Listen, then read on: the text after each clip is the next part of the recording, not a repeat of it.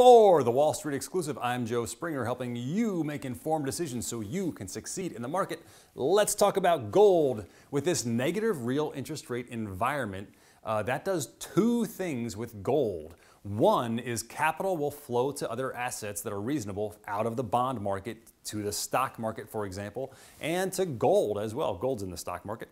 The bond market is putting upward pressure on anywhere else you can put your money, including gold. And then number two is that gold's store of value quality becomes that much more appealing in a negative real interest rate environment. It's like, hey, just don't lose money. Gold at least isn't definitely going to lose purchasing powers like dollars in a negative real interest rate environment. Okay.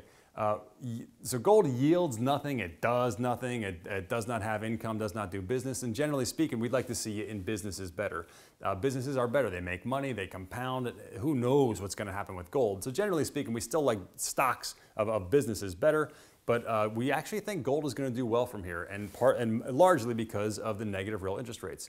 So, and then like we said with the S&P 500, the way to play gold, we think, is to buy the GLD and then sell calls, short-dated calls against it. Gold just closed at 115.11, the GLD. You can sell the 116 strike. It traded today for $1.11. That comes out to 0.96% in 2 weeks.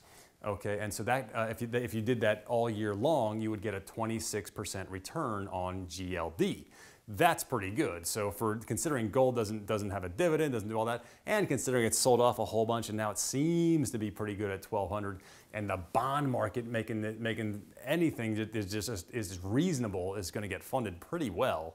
And so if you buy the GLD and then sell one strike above where it is, so it's at like so it's at like 115 or we're at 115 something, so sell the 116. That's a good strategy. You can still get a little bit of appreciation, and you can get your fee. There was a back test of the S&P 500. That was the best way to play it, but just in general, it makes sense as well.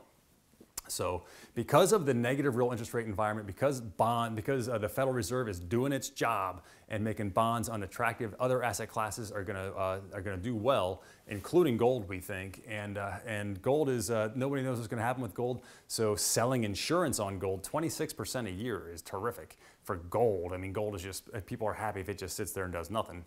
Okay, I hope you found that helpful. I'm Joe Springer for the Wall Street Exclusive, helping you make informed decisions so you can succeed in the market.